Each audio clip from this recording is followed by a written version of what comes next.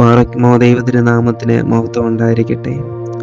നോമ്പുകാലം മനുഷ്യഹൃദയത്തെ ദൈവത്തിൻ്റെ പ്രകാശത്തിലേക്ക് നയിക്കുന്ന ഒരു വിശുദ്ധ യാത്രയാണ്. ജീവിതത്തിൻ്റെ തിരക്കിലും ലോകത്തിൻ്റെ ശബ്ദങ്ങളിൽ നാം പലപ്പോഴും ദൈവത്തിൻ്റെ മൃദുവായ വിളിയെ മറന്നുപോകുന്നു. എന്നാൽ ഈ പരിശുദ്ധ നോമ്പ് കാലഘട്ടം ഒരു ആത്മീയ നിശബ്ദമായി നമ്മുടെ ഹൃദയത്തിൻ്റെ വാതിലിലെത്തി മൃദുവായി മുട്ടുന്നു.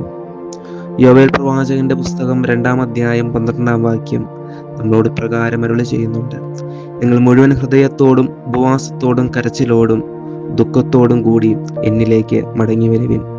ഇതൊരു കൽപ്പനയല്ല, മറിച്ച് ഒരു സ്നേഹപൂർവമായ വിളിയാണ്.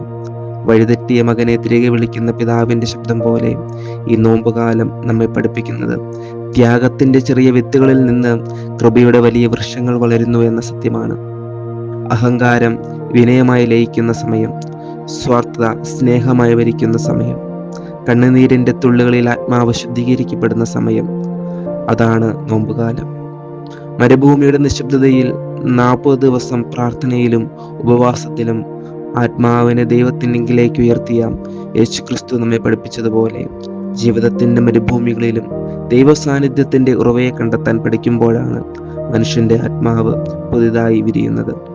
അതുകൊണ്ട് ഈ നോമ്പ് കാലഘട്ടം നമ്മുടെ ഉള്ളിലെ ഇരുളിനെ അകറ്റി ദൈവകൃപയുടെ പ്രഭാതമായി മാറട്ടെ.